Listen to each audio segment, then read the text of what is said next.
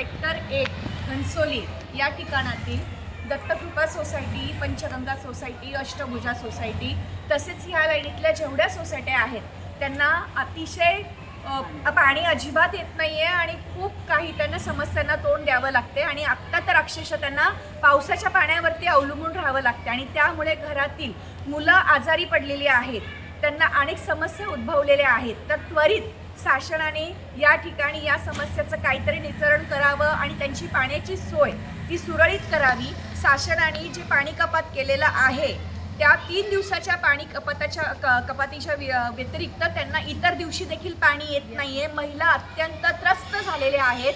त्यामुळे शासनाला NMMCला ही अगदी मनापासून विनंती आहे की ह्या भागामध्ये काहीतरी पाण्याचं नियोजन तुम्ही त्वरित करावे. मला तुम्ही समस्या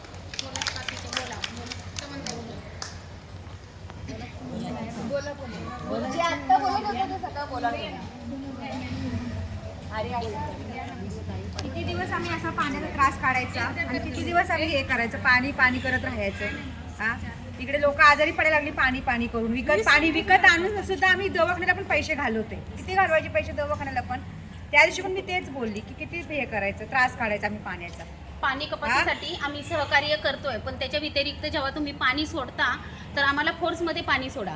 ठीक आहे, आम्ही मान्य करतो पाणी कपात आहे, ठीक आहे, पण इतर सोसायटींना पाणी भरपूर आहे, मग सेक्टर 1लाच पाणी कपात का? त्यामुळे नवीन सोसायटी त्यांनाच पाणी नाही, नवीन सोसायटी आहे त्यांनाच पाणी नाहीये. बाहेर वगैरे सगळ्या जुन्या सोसायटींना पाणी भरपूर आहे आणि कोणाची नावं घ्यायची गरज नाही सोसायटींची. त्यांनी येऊन आपलं चेक करावं कुठे पाणी कुठे नाही ते बघावं, कुठल्या सोसायटींना पाणी कुठल्या सोसायटींना नाही.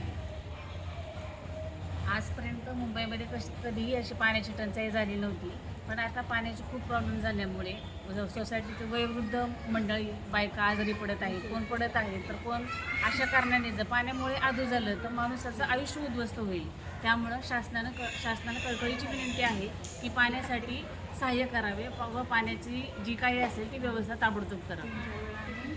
3-4 वेळा महानगरपालिकेमध्ये आम्ही जाऊन आलो, त्या सरांना विनंती करून आलो, पण अजूनही दखल घेतली नाही.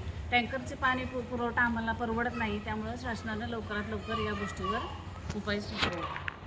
आता पाऊस चालू आहे ना, पाऊस चालू आहे म्हणून आम्ही पाण्याची अपेक्षा करतो. आज आम्ही खूप कंटाळून योजनाताईंना फोन केला, त्या एका फोनवरती त्या आज आमच्या सोसायटीमध्ये आल्यात. आता त्यांनी आमच्या पाण्याचा प्रश्न सॉल्व्ह करावा.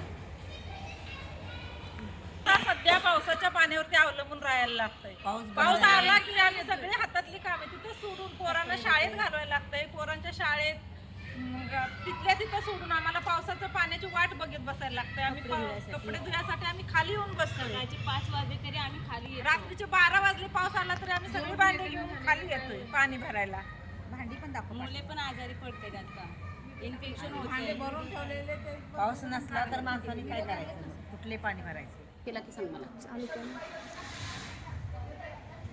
केला. एवढ्या घाणीत आम्ही पाणी भरतो. हे सगळं पाठीमागं संडासचं पाण्याचं आहे. एवढ्या असल्या घाण बिकट परिस्थितीत आम्ही पाणी भरतो.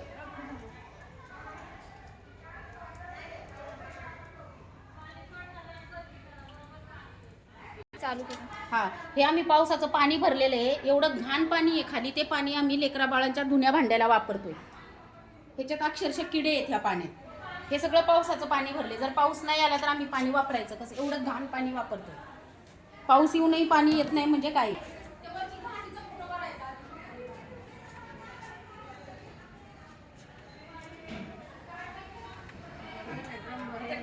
दिसेल